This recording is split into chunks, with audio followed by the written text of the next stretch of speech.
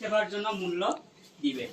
এই ধারণাটি অনেক জনপ্রিয়তা লাভ করেছেন এবং পৃথিবীতে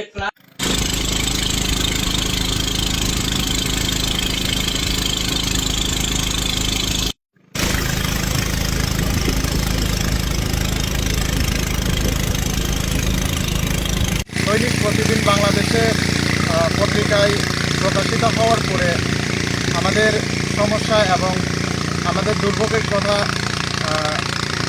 মাননীয় প্রধানমন্ত্রী এবং মাননীয় শিক্ষামন্ত্রী দৃষ্টিগোচরে আসায় গত 28 তারিখ মাননীয়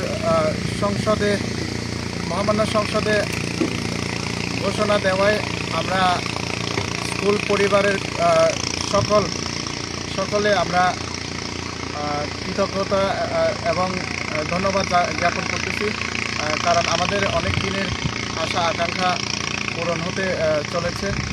এবং এই পত্রিকায় যারা সংশ্লিষ্ট কর্তৃপক্ষ এবং জেলা প্রতিনিধি সুফলদা সকলকে আমাদের অন্তঃস্থল থেকে ধন্যবাদ জ্ঞাপন করছি।